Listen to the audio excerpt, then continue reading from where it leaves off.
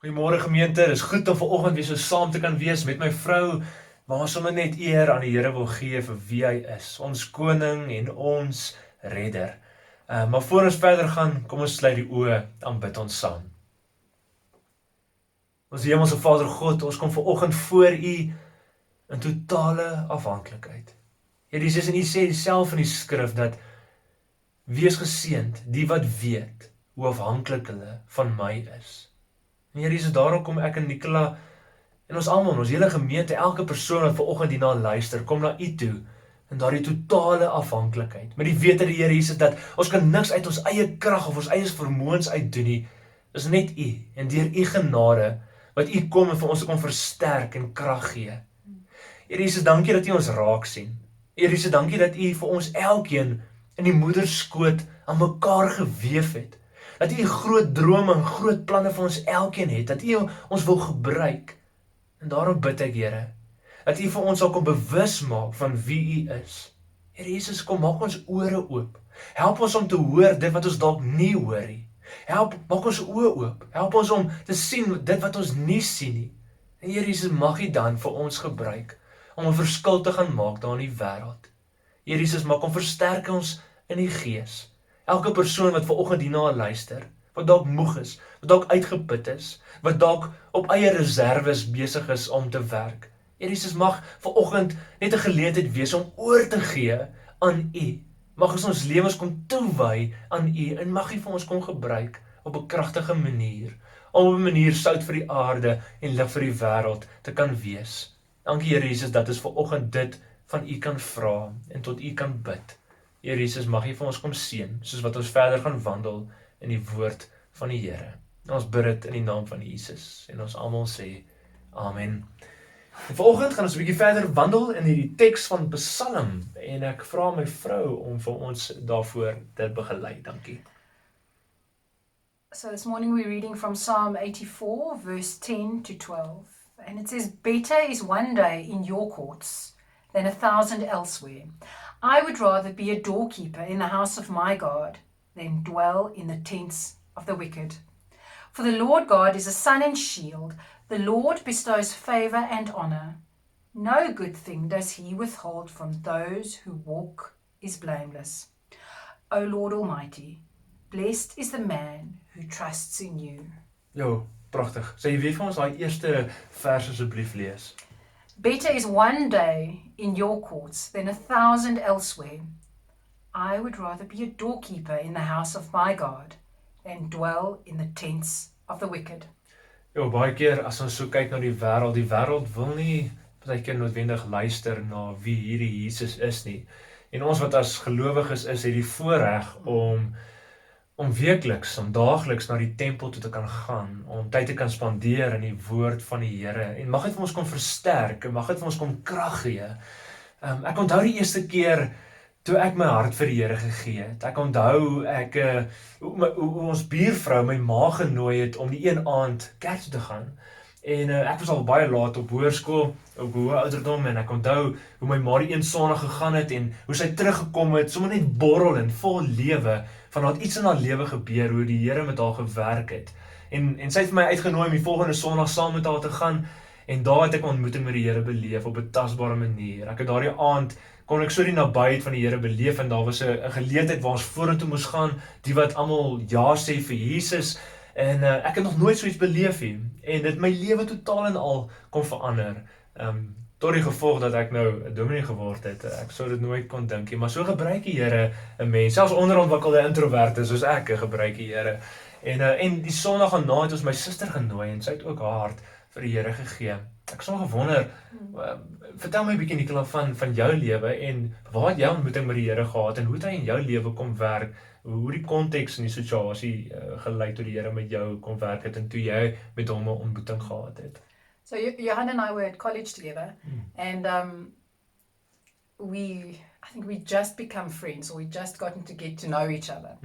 And we both had a mutual friend, and she was studying youth work, and for her practical, she needed to have someone do a puppet show for, the kids that she was doing a practical with.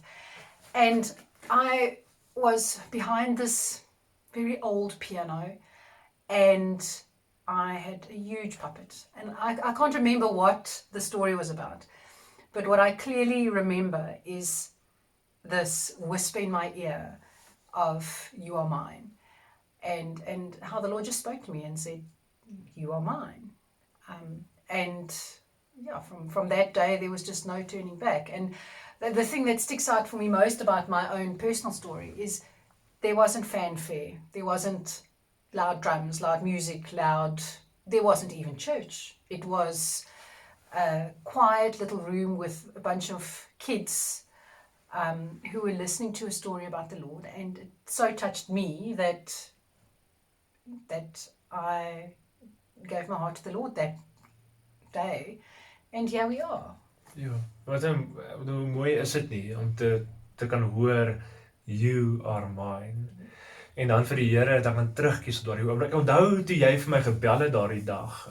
Jy was totaal en al borrelend. Dis asof jy nie kon verduidelik wat sopas gebeur het nie. En omdat ek ek dink 'n paar jaar voor dit ontmoeting met die Here gehad het en geweet het hoe die Heilige Gees werk, dat toe weet ek die Heilige Gees is sopas vir jou kom aanraak en dat iets met jou gebeur en jy kan dit beskryf en jy's nou borrelend en hoe wonderlik is dit nie hoe die Here vir ons elkeen kom raak sien en hoe hy vir ons elkeen kom roep op sy tyd. En dan hoe die Here nou vir ons so mekaar gebring het en hoe ons 'n pad vorentoe gestap het en hoe ons nog steeds groei en selfs sukkel saam. Jy weet, dit is nie eenvoudig om 'n gelowige kind van die Here te kan wees nie. En ons almal het maar issues en ons het dinge, ons stoei met so baie dinge in ons lewens ook. Met ons het gebrokenheid en ons het stikkindheid en ons het klomp vrese. Maar as kinders van die Here kan ons na hom toe gaan, ons kan dit vir hom gee. Ons sê, Here, ons wil net saam met U wees in die tempel van die Here. Ons wil op geen ander plek wees nie, want dis al wat ons saam met ons kan vat eendag na die paradys toe. Geen wêreldse goeders. Dit gaan net oor ons verhouding met mekaar, verhouding met ons kinders, met ons familie, verhouding met die Here op einde van die dag.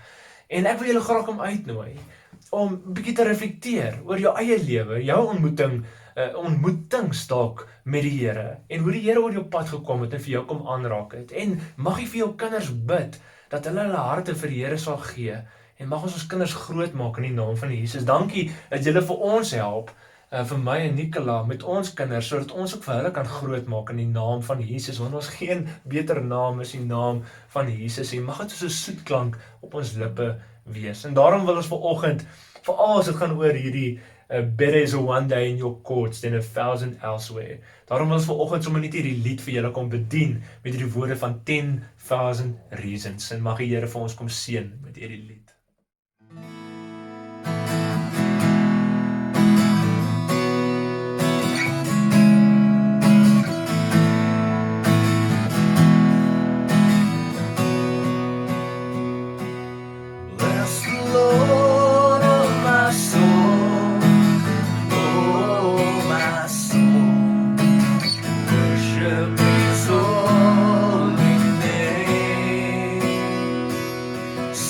Like never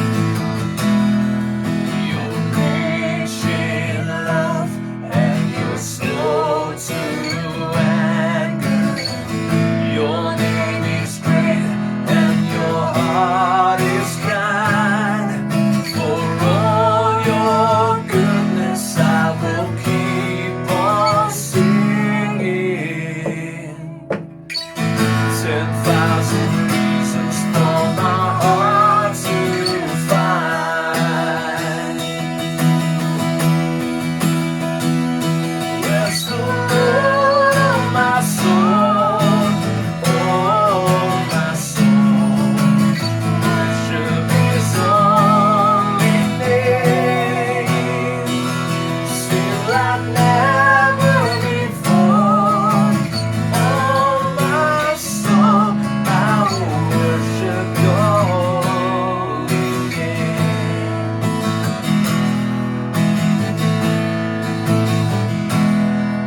Let on that day, when my strength is failing, the end draws near and my time has come.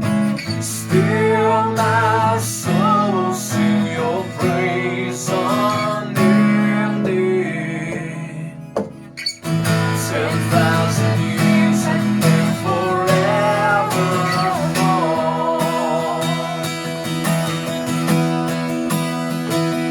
Bless the Lord, oh my soul, oh my soul. Worship His holy name. Sing like never before. Oh my soul, I will worship Your holy name. I will worship Your holy name. I will worship Your holy name.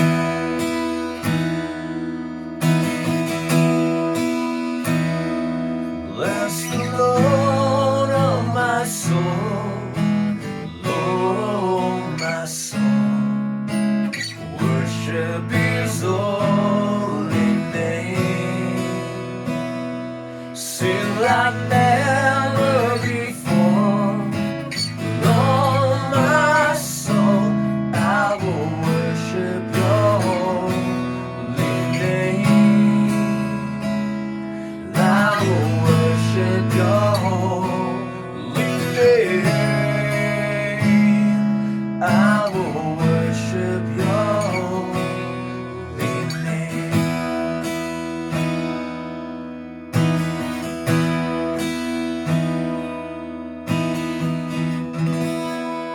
Mag julle aanhou om die Here se naam groot te maak en te aanbid vir wie Hy is.